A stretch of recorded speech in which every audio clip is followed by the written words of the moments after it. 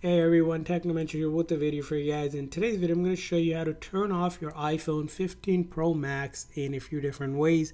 So let's get started. Now the simple and the easiest way, it's going to be using your volume up button, which is this middle button, and then this side button. You're going to want to press and hold both of the buttons at the same time for about a few seconds, and that'll bring up a menu where you can simply slide to power off or turn off. That's going to be method number one.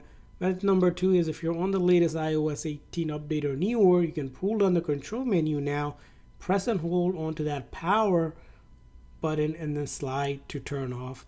Now another option is by going to your settings, going to general, and scrolling all the way down. It's going to have options as a shutdown, basically the same as turning off by, again, same thing, sliding it.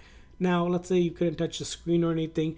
You can also get Siri to go ahead and turn off your iPhone by saying, "Hey Siri, turn off my iPhone." Yes. And just like that, with Hey Siri enable, you can get the iPhone to turn off without even having to touch the screen or using your buttons. All of these methods will go ahead and turn off your iPhone 15 Pro Max. Now, in order to turn it back on, all you do this time is just hold on to this big side button until an Apple logo appears, and then you let go.